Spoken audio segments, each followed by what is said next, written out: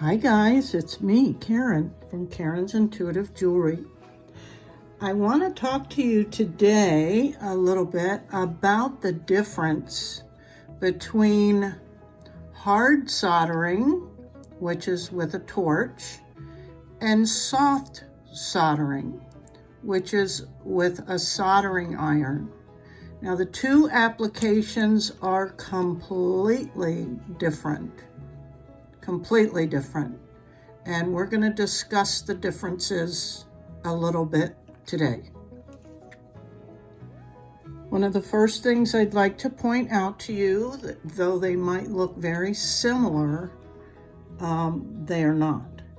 This one is an aluminum bracelet blank, and it's using the soldering iron, which means that you always have to use a copper foil tape to get the solder to adhere to anything.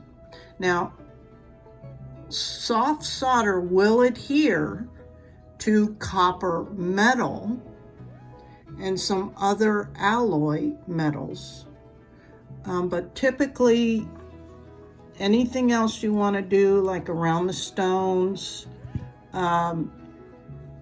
or to add a charm or whatever, you usually need to use this copper foil tape. And it is just tape, but it comes in lots of different widths and different color backings, because once you take this tape off, what's revealed underneath it is different. If I can get this off, because I don't have any nails right now, but there's a copper backing. This is a copper backing. It's too small. Let's see. This is a silver backing, but in copper and a different width. This is a copper backing,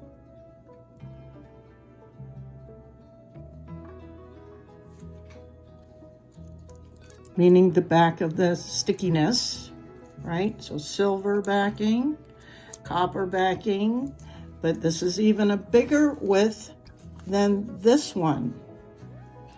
Then you can get black backing, and all this plays in as you learn more about the medium you're going to be working with, like the stones. Because if you have a stone that's transparent, you really want to use like a silver backing or something, because you'll be able to see the copper through the stone.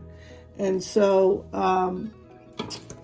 and the copper that you use in soft soldering is a jewelry grade. A lot of people get nervous and they don't think that this is a good medium for jewelry, and it has been established over many years that it is good because these are all lead free.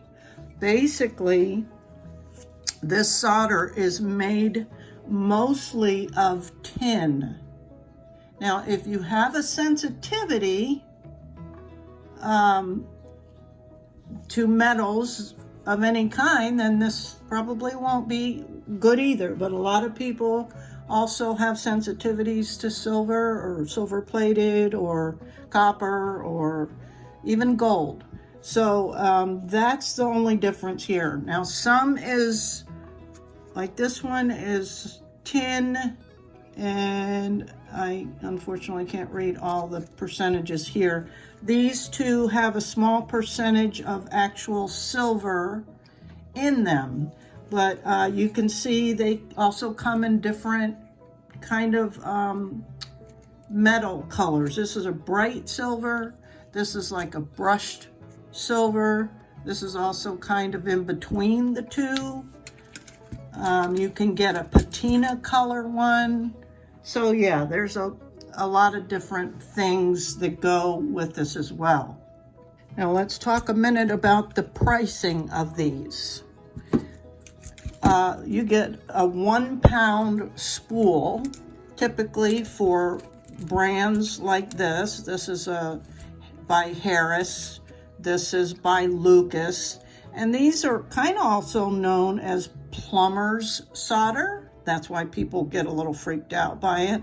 But because all types of soft soldering, meaning their melting points, have to be lead free these days. Even the pipes to the sewers and whatnot are lead free. But you'd pay about $40 for a pound spool. Now the highest quality soft solder on the market is this Silver Gleam, and you can see it's much brighter. So I don't know what all they do to make it brighter, because it seems like it's got the same content, even though it's not on this. It would be on the packaging, but you'll notice the difference here, because this is about 40 bucks. Like I said, this is going to cost you about the same, but for half of the amount that you get. But you can clearly see the difference. And so for the first year of my journey, I worked with these less expensive ones until I kind of built my confidence up. And then I started purchasing these, and now, or the Silver Gleam.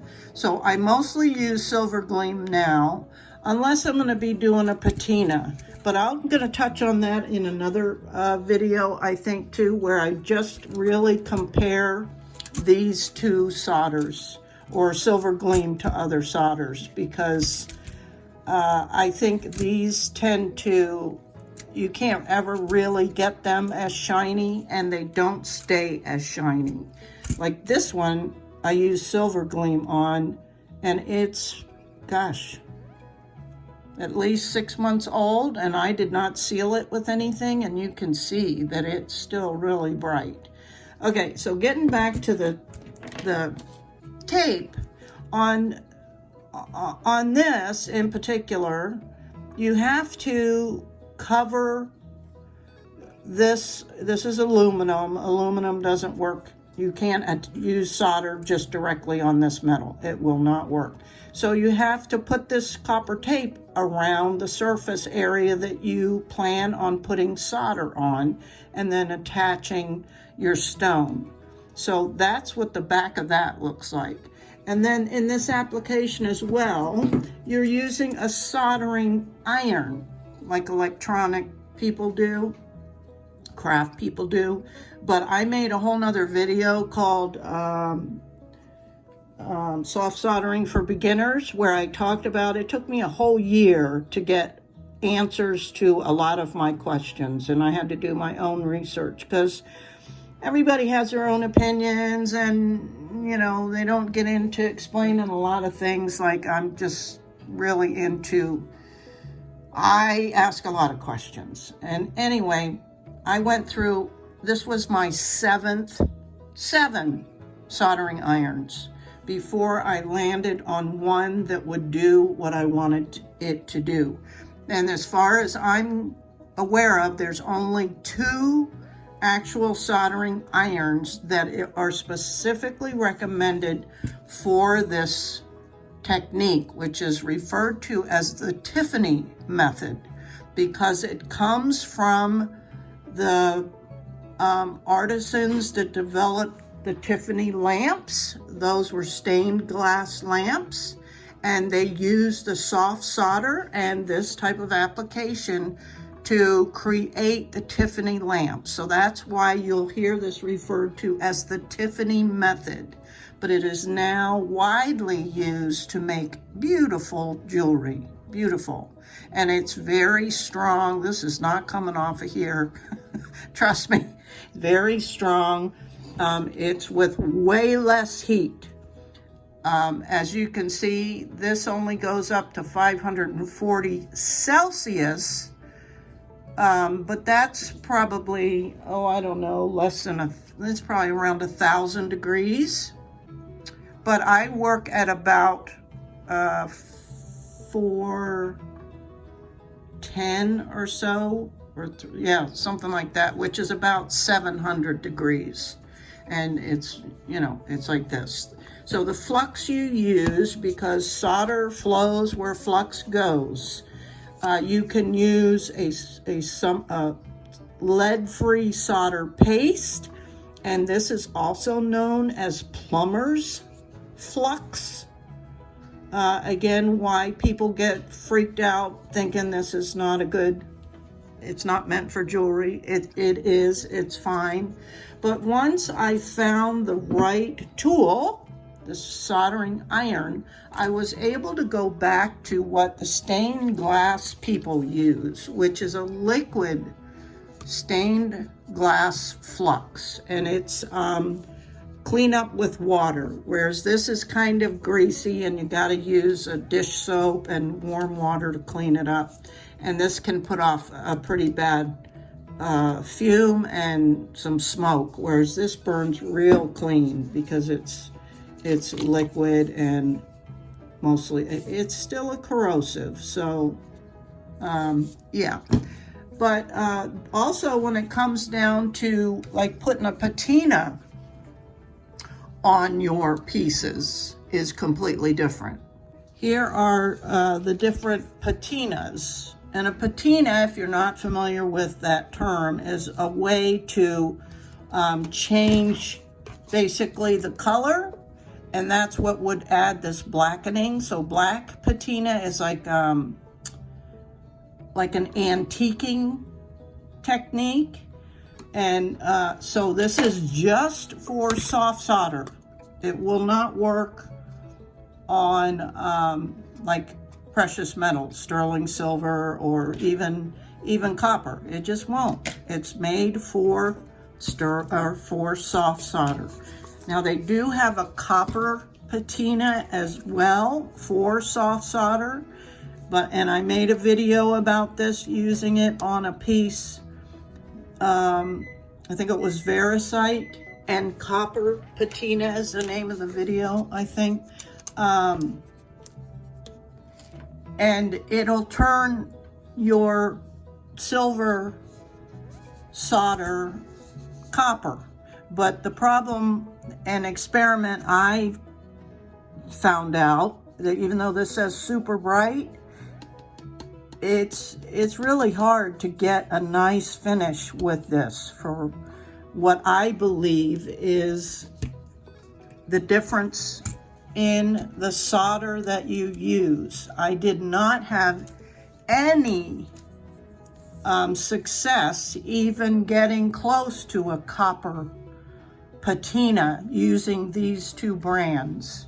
I tried a dozen different times, but the video I made, I used Silver Gleam, and it worked on the Silver Gleam. So I think it has something to do with the makeup of this particular solder. And you would guess for twice the price that it would work in whatever you wanted to do.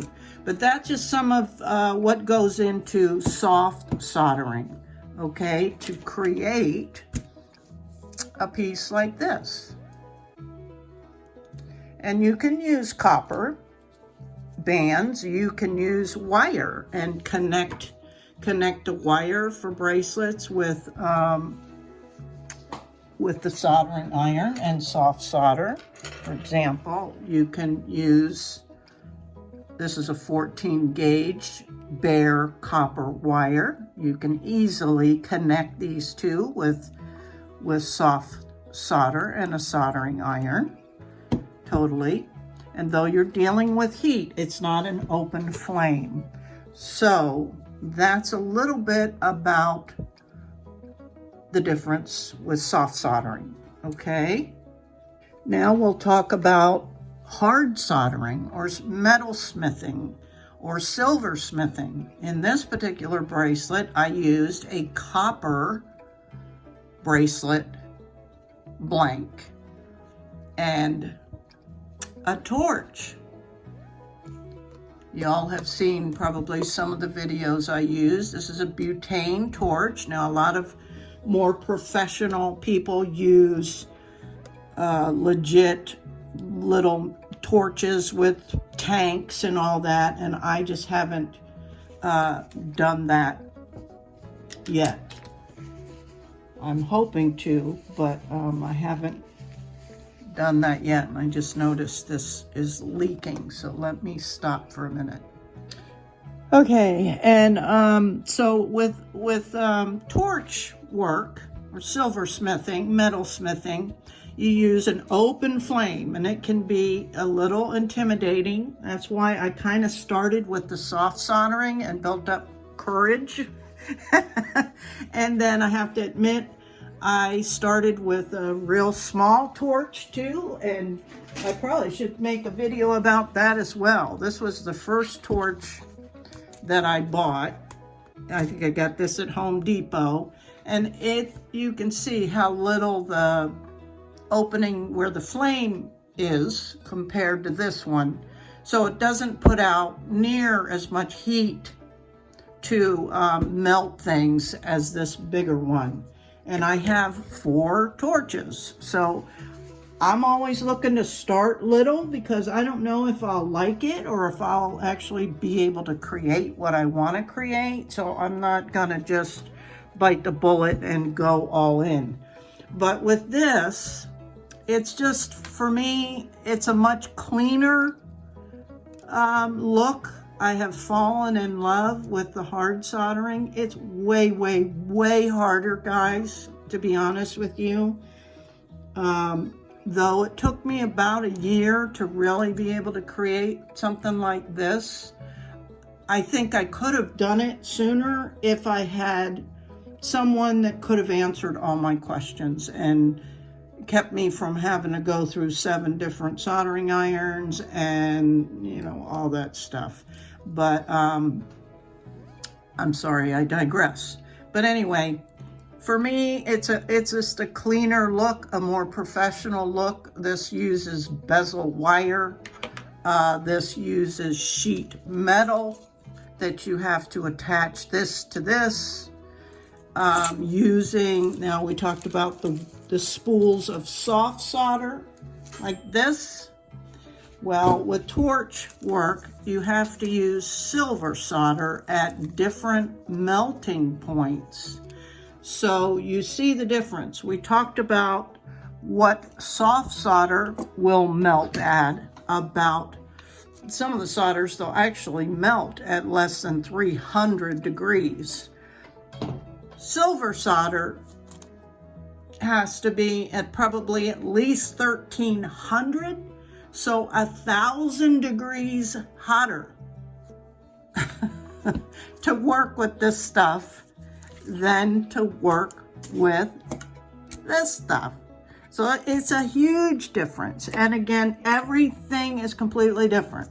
This is the solder for silversmithing. This is the solder for Tiffany Method, right? And you have to use sheet metal. Also, that's what your bezel is attached to, sheet metal. And so it can get expensive if you want to use sterling silver. Yeah, I'm almost out, and for something probably this much, I would pay probably almost $50 for this much sheet metal at this gauge. So unfortunately, it's a little bit expensive. So right now, I'm mostly creating with copper, and I love copper. I think it's just wonderful. A lot of people have problems with copper because it turns their skin green or whatever, but you can use lots of different things to keep that under control. You can use like a Renaissance wax to seal it. There's protected clear sealants and just a good polishing. And I don't know about you, but I don't really wear anything 24/7, maybe a necklace or earrings. But so, like a cuff like this, I wouldn't wear this every day. I couldn't sleep in this. But that's because I'm older now, I think. Anyway, The flux is different. You have to use a pickle pot, which is a pot of acid to get the fire scale off your pieces, and it's a lot. And remember we talked about this was for soft soldering, or there is some liquid flux for soft soldering, but that doesn't work with this type of soldering. You have to have a completely different material for that. Same with your patinas. This patina only works on soft solder. You have to use a liver of sulfur, which you can find in different names. There's jacks and all kinds of different things. There's even a natural way to get a natural patina with rotten eggs, basically. And that's what this smells like, trust me, is rotten eggs. But yeah, so everything is completely different. So that's kind of just a quick review of the different applications to create a soft soldered piece versus a silversmithing or metalsmithing piece. And this is the back of this, and this is the back of this. Soft solder, hard solder. Soft solder, hard solder. So there's a place for both, I believe. I enjoy working with them both, but I'm really, really loving the silversmithing or metalsmithing, but it's way harder and it'll take me a while to get all of the actual tools and supplies to do it and really get much, much better at it, I hope. Isn't that a gorgeous stone? But these stones deserve my best. So I hope you learned a little something today with this short review, and I'll see you on the next one. I have an idea for another cuff bracelet, kind of incorporating both these techniques. So we'll see if I can pull that off, because you know me, I'm always thinking outside the box. Isn't that a gorgeous labradorite? Ah, love it. Okay, guys, thanks so much for being here. I appreciate you so much. Till next video, bye.